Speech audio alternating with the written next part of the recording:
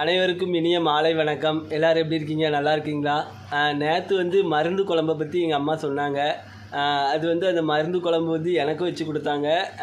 கொஞ்சம் கேட்டுக்கிட்டு எனக்கு கொஞ்சம் இந்த தலை சுற்று இந்த கொஞ்சம் இப்போ எனக்கு கொஞ்சம் இந்த ஒரு மாதிரி வரும் தலையில் ஒரு மாதிரி தலை சுற்றிக்கிட்டு எப்போதும் ஒரு ப்ரெஷர் மாதிரி வந்ததா அதெல்லாம் கொஞ்சம் நல்லா கேட்டுக்கிட்டு அவங்களுக்கு சரியாயிட்டு கொஞ்சம் மூச்சு வாங்குதுன்னாங்க. அந்த மருந்து குழம்பு வந்து நல்லா சரியாயிட்டு இன்றைக்கி வந்து இந்த ஜவ்வரிசி கஞ்சியை பற்றி எங்கள் அம்மா சொல்லுவாங்க. வீடியோ வந்து ஸ்கிப் பண்ணாமல் கடைசி வரைக்கும் பாருங்கள், அப்போ தான் உங்களுக்கு புரியும். சரியா? சொல்லு.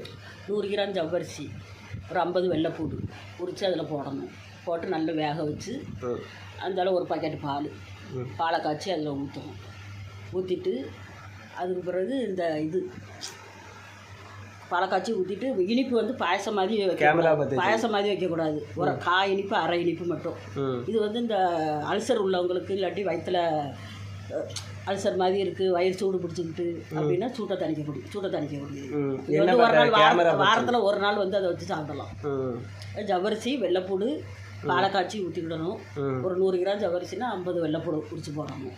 போட்டு ஒரு பாக்கெட் பாலை காய்ச்சி ஊற்றி இனிப்பு வந்து குறைச்சி போட்டால் போதும். பாயசம் மாதிரி வைக்கணும். இதுதான். இதை வாரத்தில் ஒரு நாள் சாப்பிட்டா உடம்புக்கு நல்லது.